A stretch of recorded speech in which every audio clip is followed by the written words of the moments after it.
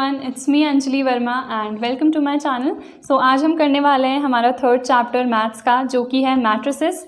सो यहाँ पे हम बहुत सारे MCQs प्रैक्टिस करेंगे एंड जितने भी हम MCQs प्रैक्टिस करेंगे वो इस पर्टिकुलर बुक से होंगे, जो कि है CBSE chapter wise objective MCQs।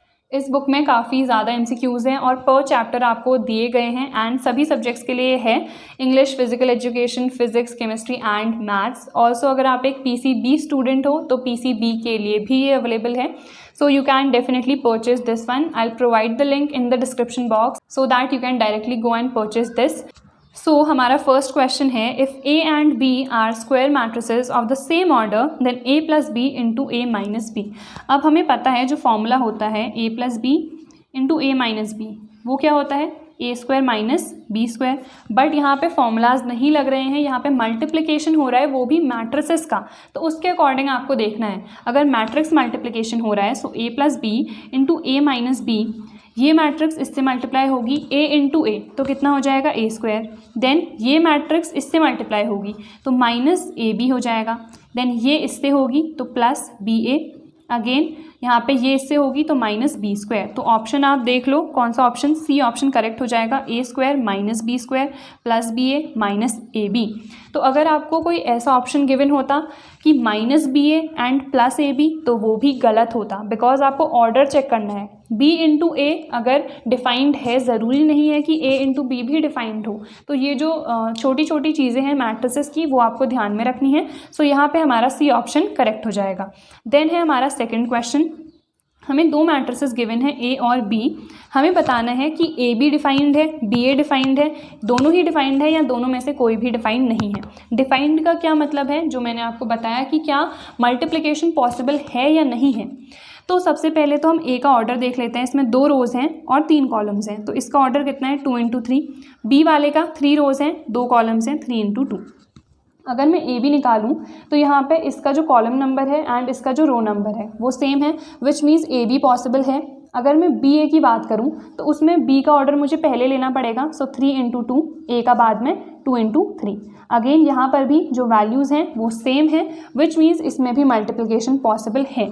सो दोनों ही डिफाइंड है, AB भी और BA भी, विच मीन्स जो सी ऑप्शन है हमारा वो करेक्ट हो जाएगा, AB and BA both are defined. उसके बाद है हमारा third question, the matrix A is equals to this is a. तो यहाँ पे आपको जो मैट्रिसेस होती हैं उसकी नॉलेज प्रॉपरली होनी चाहिए। सबसे पहले अगर मैं किसी भी 3 इंटू 3 या 2 इंटू 2 या कोई भी एक मैट्रिक्स जिसका जो रो नंबर है और कॉलम नंबर है वो सेम है, तो उस मैट्रिक्स को हम क्या कहते हैं, एक स्क्वायर मैट्रिक्स कहते हैं, ये हमें पता है। अब यहाँ पे 3 इंटू 3, तो जो रो नंबर है और कॉलम नंबर है सेम है, विच मीन्स ये एक स्क्वायर मैट्रिक्स होगी, डी ऑप्शन करेक्ट हो जाएगा। अब यहाँ पे आपको पता होगा कि एक डायगोनल मैट्रिक्स भी होती है। तो डायगोनल मैट्रिक्स क्या होती है, जिसमें जो हमारे डायगोनल एलिमेंट्स हैं वो कुछ ना कुछ हो, मतलब फाइनाइट वैल्यू हो अदर दैन 0। तो यहाँ पे 0 0 0 0 0 0, तो जो नॉन डायगोनल है वो तो 0 है, बट डायगोनल एक फाइनाइट वैल्यू है, तो इसको हम एक डायगोनल मैट्रिक्स कहेंगे। अगर जो मेरे डायगोनल एलिमेंट्स हैं उनकी वैल्यू सेम है तो इस मैट्रिक्स को हम कह देते हैं स्केलर मैट्रिक्स। एंड देखो यहाँ पे आप ये भी कह सकते हो कि ये भी तो एक डायगोनल है, तो डायगोनल एलिमेंट सेम है, तो इसको हम क्यों नहीं कह रहे हैं डायगोनल या फिर एक स्केलर मैट्रिक्स। तो इसको हम इसलिए नहीं कह रहे हैं क्योंकि जो हम डायगोनल चेक करते हैं वो लेफ़्ट टू राइट चेक करते हैं, राइट टू लेफ़्ट नहीं करते हैं। सो ये सिर्फ और सिर्फ एक स्क्वायर मैट्रिक्स है, ना ही ये डायगोनल मैट्रिक्स है, ना ही ये स्केलर मैट्रिक्स है। तो ये डिफरेंस आपको समझना है। उसके बाद अगर मैं ये वाले टर्म्स को 1 कर देती हूँ, अगर ये 1 1 1 हो जाए, देन उस केस में हम उसको कहते हैं आइडेंटिटी मैट्रिक्स या फिर यूनिट मैट्रिक्स, जिसको हम I से डिनोट करते हैं। तो ये चीज़ें आपको ध्यान में रखनी है whenever you are solving the MCQs, because इतने से ही आपका पूरा क्वेश्चन गलत हो जाएगा। आपको एक्सप्लेनेशन तो देना नहीं है, सिर्फ एक टिक ही करना है। तो अगर आपने गलत ऑप्शन पे करेक्ट कर दिया तो आपके मार्क्स कट जाएंगे। सो थर्ड वाला हो गया। देन इसके बाद है फोर्थ में A और B हमें 2 मैट्रिक्स गिवन हैं, सिमेट्रिक मैट्रिसेस हैं। सिमेट्रिक का मतलब अगर मैं A का ट्रांसपोज निकालूं A के ही इक्वल आएगा, B का ट्रांसपोज निकालूं तो B के ही इक्वल आएगा।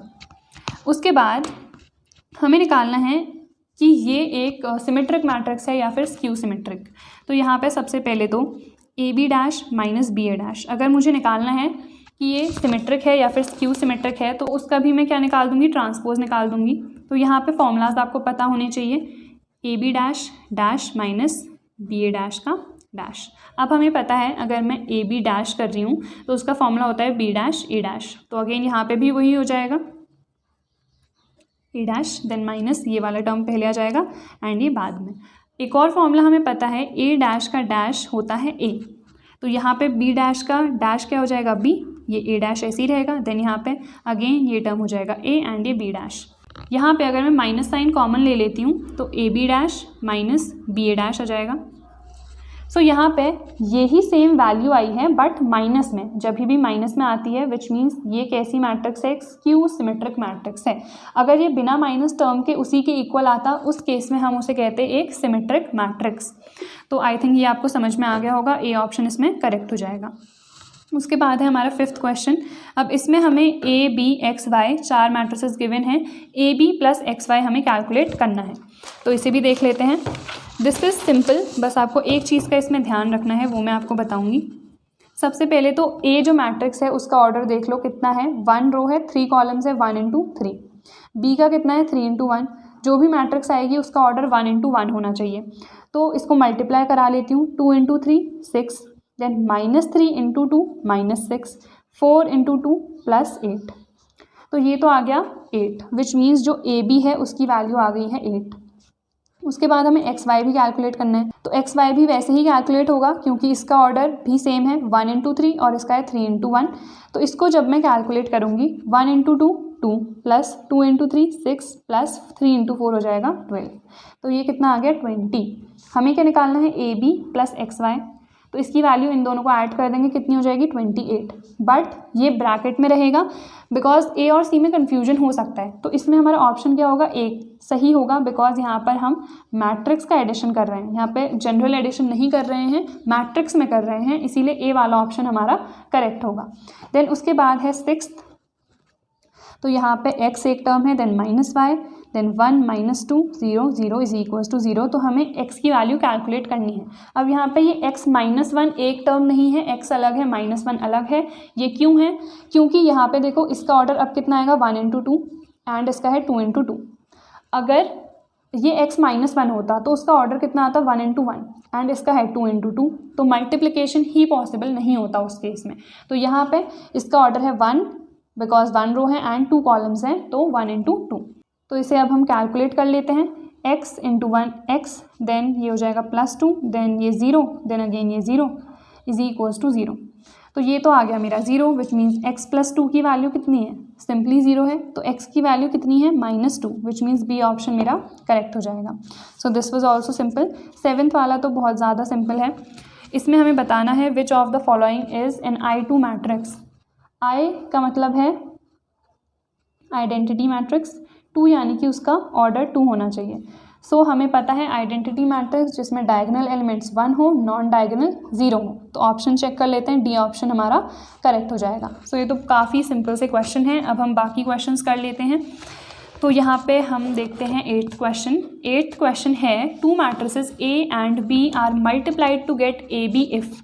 मतलब क्या है कि कभी भी अगर हम 2 मैट्रिसेस को मल्टीप्लाई करते हैं तो क्या कंडीशन होती है। तो हमें पता है अगर मैं 1 into 2 लिख रही हूँ, 2 into 3, तभी जाके मल्टीप्लिकेशन पॉसिबल होता है, विच मीन्स फर्स्ट वाली का कॉलम नंबर एंड सेकेंड वाली का रो नंबर क्या होने चाहिए, आपस में इक्वल होने चाहिए। सो ऑप्शन चेक कर लेते हैं, सी ऑप्शन करेक्ट हो जाएगा। Number of columns of A is equal to number of rows of B. Then 9th question है, if A is a matrix of order 3 into 4 then each row of A has. अब यहाँ पे कई लोग 3 elements कर दें because 3 रोज हैं, but ऐसा नहीं है। डी ऑप्शन करेक्ट होगा, 4 एलिमेंट्स। ये मैं आपको बताती हूँ, 3 into 4 है order, right. So which means एक मैट्रिक्स अगर मैं ले रही हूँ उसमें 3 रोज हैं, 1 2 3 4 कॉलम्स हैं। तो अगर मैं कोई भी एक रो ले रही हूँ तो उसमें कितने एलिमेंट्स हैं, 1 2 3 4 एलिमेंट्स है, राइट। तो इसीलिए हमारा ऑप्शन क्या होगा, डी करेक्ट हो जाएगा, दैट इज़ 4 एलिमेंट्स, 3 एलिमेंट्स नहीं होंगे। सो ये चीज़ें ध्यान में रखना। देन इसके बाद 10th है, दिस मैट्रिक्स इज़ अ। अब देखो यहाँ पे क्या है, नॉन डायगोनल एलिमेंट्स हैं 0, डायगोनल एलिमेंट्स क्या है हमारे इक्वल हैं तो इसको हम क्या कहते हैं, एक स्केलर मैट्रिक्स कहते हैं। सो ए ऑप्शन मेरा करेक्ट हो जाएगा।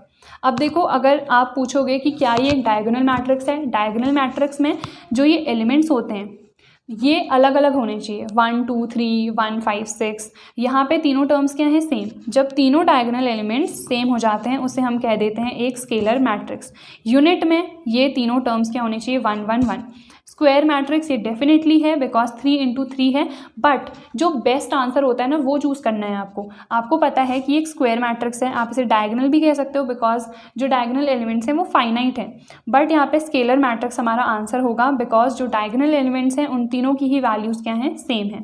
देन उसके बाद है 11th क्वेश्चन। वैसे ये 11th वाला जो क्वेश्चन है ये आपका डिटर्मिनेंट्स वाले में आएगा, बट स्टिल बिकॉज क्वेश्चन आ गया है तो इसे भी कर लेते हैं। तो यहाँ पे ए एक स्क्वायर मैट्रिक्स है जिसका ऑर्डर 3 है। अब हमें यहाँ पे चीज़ गिवन है कि A into adjoint A is equals to 10i। हमें मॉड ऑफ एडजॉइंट ए निकालना है। तो यहाँ पे आपको फॉर्मूला पता होना चाहिए, A into adjoint A is equals to mod A into I. ये होता है हमारा जनरल फॉर्मूला। इन दोनों इक्वेशंस को मैं अगर कंपेयर करूँ तो मॉड ए की वैल्यू कितनी आ गई है, 10, एंड हमें क्या निकालना है, mod of adjoint A. Mod of adjoint A होता है mod of A to the power n-1। ये n है ऑर्डर कितना गिवन है, 3 माइनस 1 कितना हो जाएगा, 2, विच मीन्स 10 का स्क्वायर अगर मैं करूँगी तो मॉड ऑफ एडजॉइंट ए आ जाएगा। सो मेरा आंसर आ गया 100। तो ऑप्शन चेक कर लेते हैं, सी ऑप्शन हमारा करेक्ट हो जाएगा। उसके बाद है 12th, the number of all possible matrices of order 2 into 3 with each entry 0 और 1। एंट्रीज़ कितनी हैं, दो ही पॉसिबल हैं, या तो एंट्री 0 होगी या फिर एंट्री 1 होगी, विच मीन्स 2 एंट्रीज पॉसिबल हैं। ऑर्डर कितना है, 2 इंटू 3। तो जब भी इस टाइप का क्वेश्चन आए तो 2 एंट्रीज यहाँ पर पॉसिबल हैं एंड ऑर्डर है 2 इंटू 3। तो इस तरह से कैलकुलेट कर लो, 4 इंटू 4 इंटू 4, 16 इंटू 4 कितना होता है, 64। तो ऑप्शन मेरा ए यहाँ पे करेक्ट हो जाएगा।